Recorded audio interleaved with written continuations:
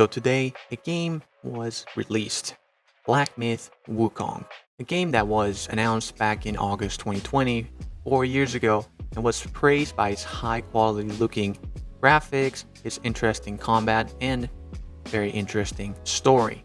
Released today and had an overwhelming positive response, positive reception. Everything that could go right for a game happened to this. The game came out. It has broken records of players playing the game. It's been insane. It has broken so many records set by games like Elden Ring and other very popular games before, and it's become quite the talk. People are confused out there as to why, the reasons why this game is so popular, since it feels like it came out of left field, or it feels like it is not really, it shouldn't be this popular, but for some reason a lot of people are talking about this game. And it's not for the reasons that you might think when you're talking about a video game. It was developed by a Chinese game studio called Game Science. The reception is good, the praise of the gameplay, positive reviews, but there's also quite the controversy around it regarding the Chinese developer. You see, the Chinese developer of Game Science has been on the scope for a lot of people, a lot of controversies surrounding the studio. There's been tons of controversies in the workplace environment, in the treatment of the employees, and all the stuff that could be discussed about whatever it is. It was a statement from the game developers to what consider when talking about the game, you see, and the do's and don'ts go like this. Do's, enjoy the game, so do enjoy the game.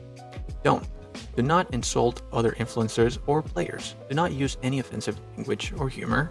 Do not include politics, violence, nudity, feminist propaganda, fetishization.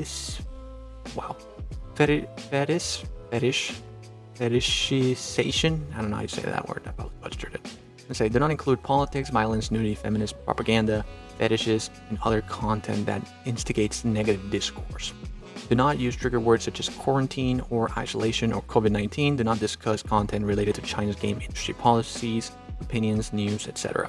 So this is what has been all this controversy comes from this, and the game studio has also kind of added a little bit of a controversy into this by asking the reviewers, the people that are going to play the game, streamers, whatever, that are currently playing the game, to not talk about these things, because there's pretty much a very simple reason as to why. You see, this is a studio that's Chinese. China.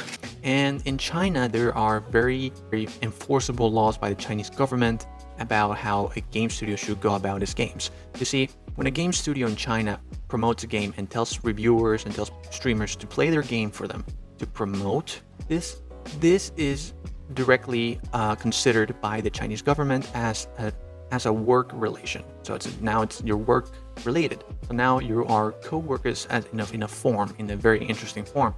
So a co-worker of your company, in this case the Game Science Studio, cannot talk about negative aspects of the Chinese government, the Chinese news, and whatever. This is the game studio kind of covering its back a little bit with trying to say, like, guys, like, we understand that you might want to review the game, stream the game, whatever, but these are pretty much our boundaries when it comes to talking about the game, about the studios, and about our country and about our government, because it directly affects the game developers. One of the main reasons why people are praising a lot the game is that it has a lack of perceived wokeness, and the game has pretty much none of this. It's the story about Sun Wukong in the 16th century, a Chinese novel called Journey to the West, featuring the god of the sun, Sun Wukong, a monkey born from a stone who acquires supernatural powers through Taoist practices. So this is pretty much what this story is about. The game directly is influenced by the book, by the literal novel. The story seems pretty straightforward. The story is not really has any controversial elements or anything like that.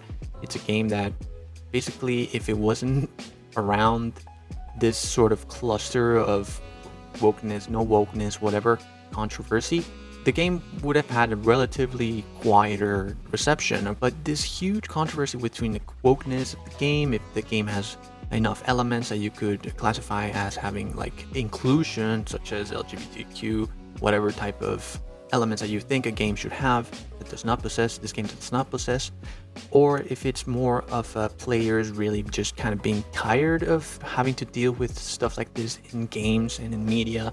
There seems to be a kind of a little bit of a pushback on what the woke agenda is, and this game has come in the middle of the conversation with a game that shouldn't really have to worry about all these things, but is now really talked about a lot within this context. So it created this whole cloud of success and positive, overwhelmingly positive reception that the game is pretty much enjoying right now.